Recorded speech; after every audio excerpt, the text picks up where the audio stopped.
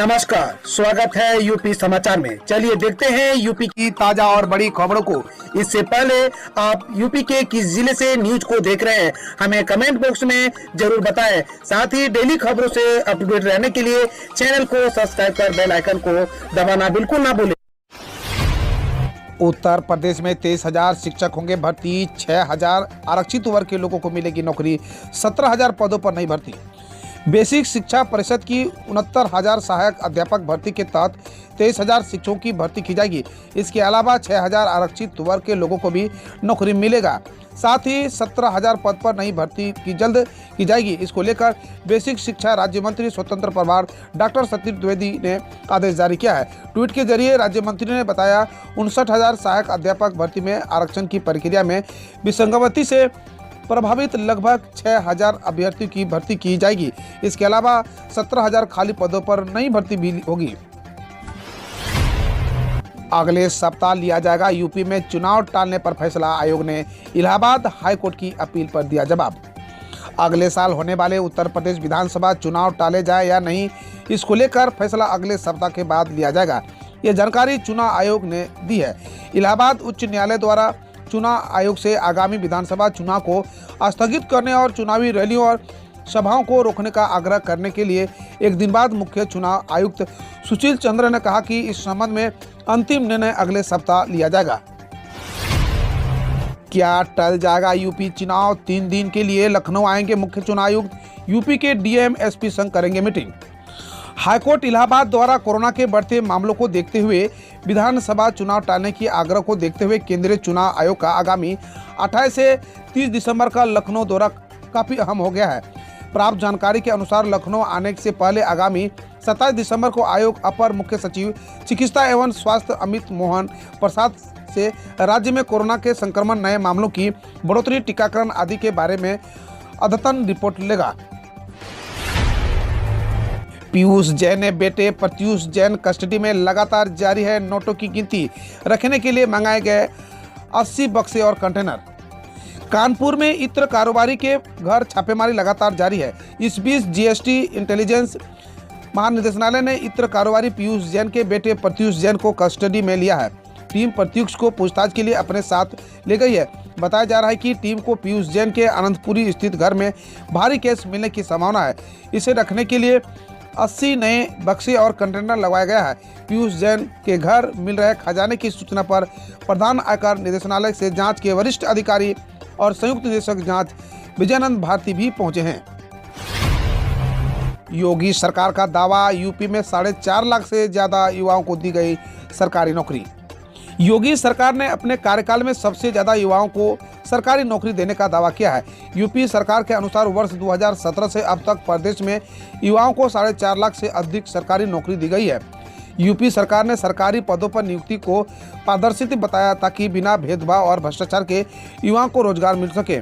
योगी सरकार में विभिन्न आयोग से भी 2.5 लाख से ज्यादा लोगों को भर्ती कर सरकारी नौकरी दी गई है। बेसिक शिक्षा विभाग में विभिन्न पदों पर 1,25,987 से अधिक युवा चयनित हुए हैं।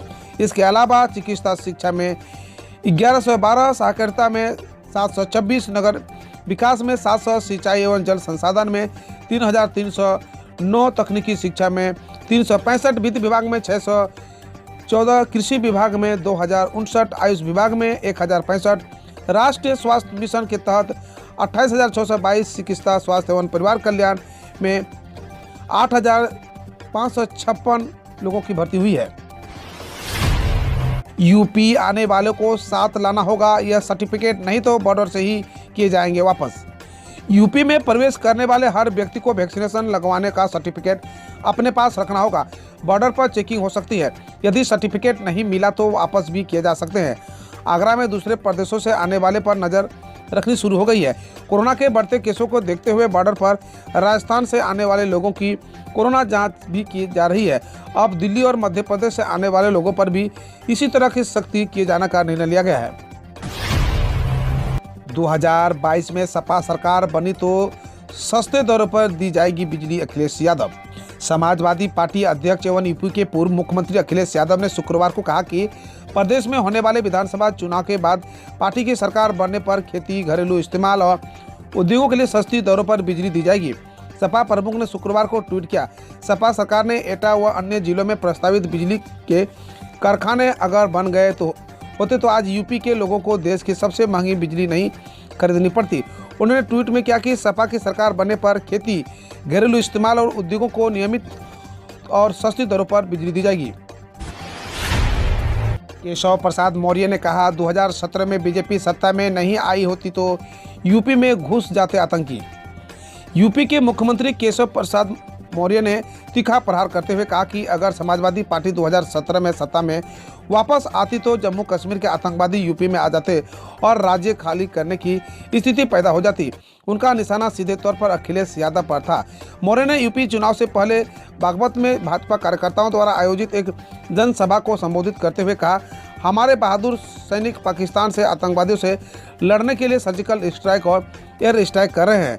अगर 2017 में सपा सरकार वापस सत्ता में होती तो पाकिस्तान से आतंकवादी यूपी में आ जाते और सुरक्षा के अभाव में आम लोगों को यूपी में भागना पड़ता। इत्र कारोबारी के कलरों में मिला कुबेर का खजाना, नोट गिनने के लिए मंगानी पड़ी 5 मशीनें। कानपुर निवासी इत्र कारोबारी के ठिकानों पर छापे में डीजीजीआई ने सर्वोच्च गोपनीयता बरती। गुजरात की टीम ने स्थानीय अफसरों को हवा नहीं लगने दी, छापा कहां मारा जाना है। इन टीमों को जब कारोबारी के घर नोटों का भंडार हाथ लगा तो मुख्यालय के जरिए आयकर विभाग को सूचना दी गई। आयकर अफसरों ने स्टेट बैंक से नोट गिनने वाली मशीनें मंगाई और गिनती शुरू हुई तो देर रात तक जारी रही। करीब 900 यानी 90 करोड़ रुपए मिल चुके हैं। इनमें से 5 बजे शाम से पहले मिले नोट गिनती के बाद स्टेट बैंक भेजे जा चुके हैं। ओमिक्रॉन के चलते यूपी में नाइट कर्फ्यू की वापसी। आज यानी 25 दिसंबर से फिर शुरू होगी पाबंदी। कोरोना के नए वेरिएंट ओमिक्रॉन ने यूपी में एक बार फिर नाइट कर्फ्यू का दौर लौटा दिया है। योगी सरकार ने 25 दिसंबर यानी आज से रात 11 बजे से सुबह 5 बजे तक के लिए नाइट कर्फ्यू लगा दिया है। इसके साथ ही विवाह समारोह में भी 200 से अधिक मेहमानों को बुलाने पर रोक लगा दी गई है।